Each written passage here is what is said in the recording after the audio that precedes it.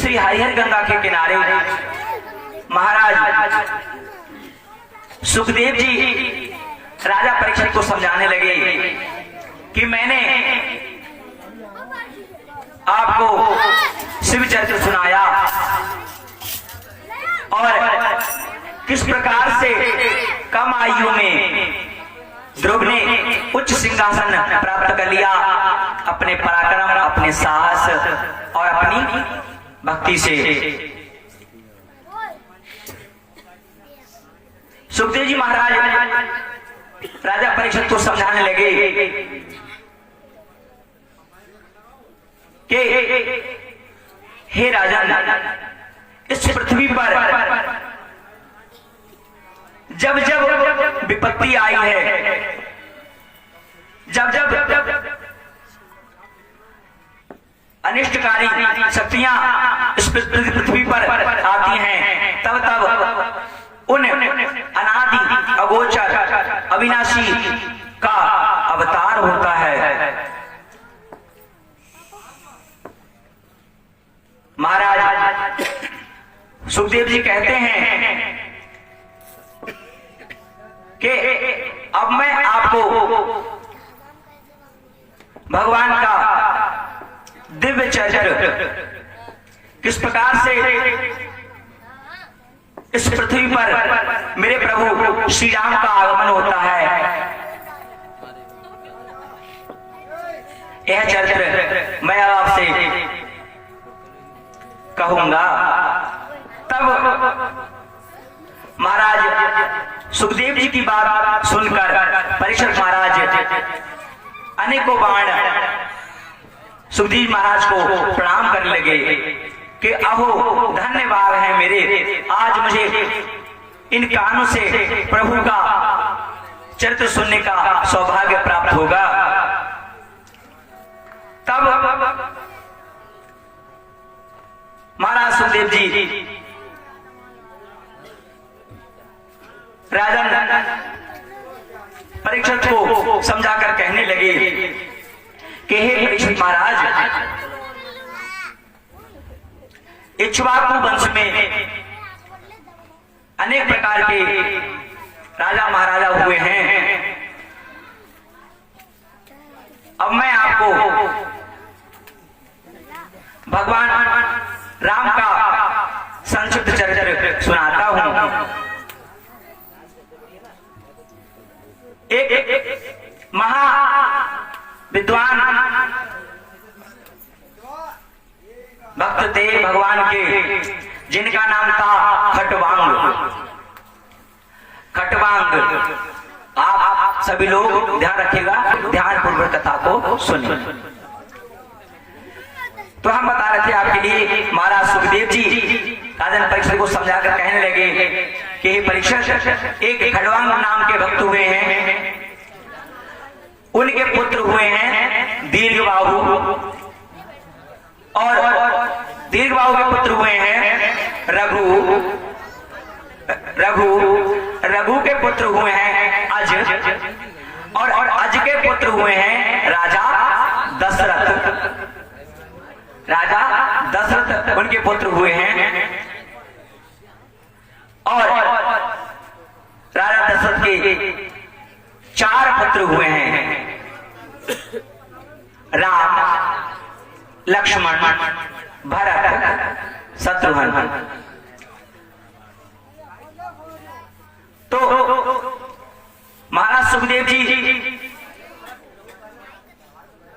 कहने लगे कि हे परीक्षित, एक बार की बात है कि बहुत समय बीत गया और चौथापन आ गया, चौथापन था बुढ़ापा आ गया, मगर राजा दशरथ को संतान की प्राप्ति ना हुई।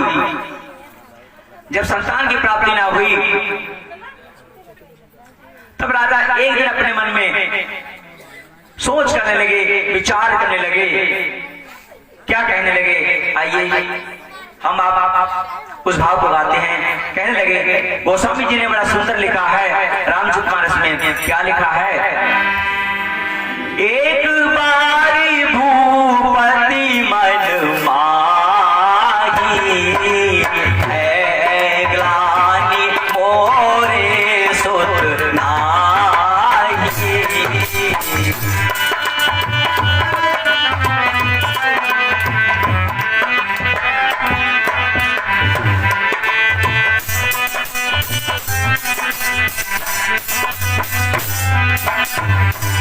महाराज कहने लगे, एक बार भूपति मन माही भय ग्लानि मोरे सुत नाही। एक बार उनके लिए अपने आप में बड़ा ग्लानि महसूस हुई, बड़े शर्मिंदा हुए कि मेरा बुढ़ापा बीतने जा रहा है और मुझे अभी भी संतान की प्राप्ति ना हुई है। तब ऐसा विचार कर जो उनके गुरु होते हैं वशिष्ठ जी, वो अनुनय विनय करके श्रृंगी ऋषि को बुलाते हैं और राजा दशरथ जाकर निज दुख सुख सब गुरु सुनायो, कहें वशिष्ठ बहुविध समझायो, धरव धीर हुए हैं सुखचारी, त्रिभुवन जगत विदित व्यहारी, श्रृंगी ऋषि वशिष्ठ बुलावा, पुत्र काम शुभ यज्ञ करावा। तब राजा दशरथ वशिष्ठ जी के पास जाते हैं, उनके चरणों में प्रणाम करते हैं और उनके अनुग्रह पे वशिष्ठ जी महाराज श्रृंगी ऋषि को बुलाते हैं। श्रृंगी ऋषि आकर राजा दशरथ के यहाँ यज्ञ करते हैं और जब यज्ञ करते हैं तब उसमें से अग्निदेव चरु लेकर प्रकट होते हैं और चरु लेकर जब प्रकट होते हैं तब राजा दशरथ के लिए दे देते हैं और कह देते हैं कि यह आप चरु माने खीर, यह खीर आप अपनी रानियों को खिला देना और आपके संसार के संहारक, संसार के पालनकर्ता, संसार के सृष्टि रचिता आपके यहाँ उत्पन्न होंगे। जिस प्रकार राजा दशरथ ने सुना तो वह तुरंत रानियों के पास गए और तीनों रानियों के लिए वह खीर बांट दी। कौशल्या, कैकेयी, सुमित्रा, तीनों के लिए वह खीर बांट दी और भगवान की कृपा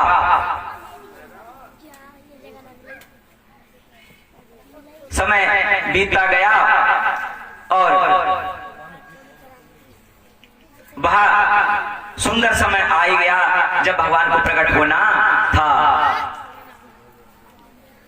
नवमी तिथि थी, नवमी तिथि मधुमास पुनीता, शुक्ल पक्ष अभिजित हर पीता, मध्य दिवस अत शीत न घामा, पावन काल लोक विश्रामा।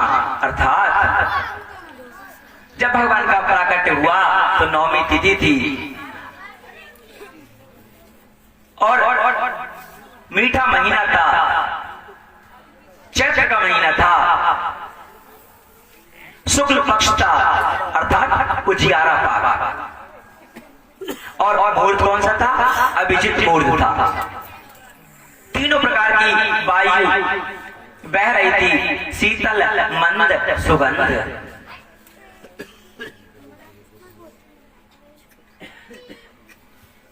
जब तीनों प्रकार की वायु बह रही थी और संसार में हर प्रकार से जीव सुख हो गए, फूलों से बड़ी सुगंध खुशबू निकलने लगी, देवतागण किन्नर आकाश मार्ग में ढोल धमाके करने लगे और सब लोग बड़े हर्षोल्लास से भर गए। तो किस प्रकार से प्रभु का पदार्पण हुआ, आइए उस भाव को हम भी आप मिलकर भगवान का भाव गा लेते हैं। उस प्रकार से मेरे राम जी, मेरे प्रभु मर्यादा पुरुषोत्तम भगवान श्री राम पृथ्वी का भार हरण करने के लिए, अपने भक्तों के दुख दूर करने के लिए मेरे प्रभु का आगमन हुआ। आइए सभी लोग जिन भक्तों को भाव याद हो वो मेरे साथ गाएं, क्योंकि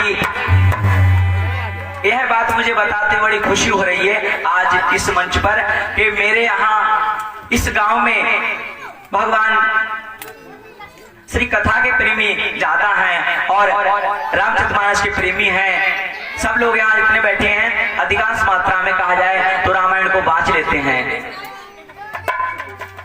इस बात का आप मेरा विश्वास करना, मैं आपसे सत्य कह रहा हूं, आपके गांव की तारीफ रामायण के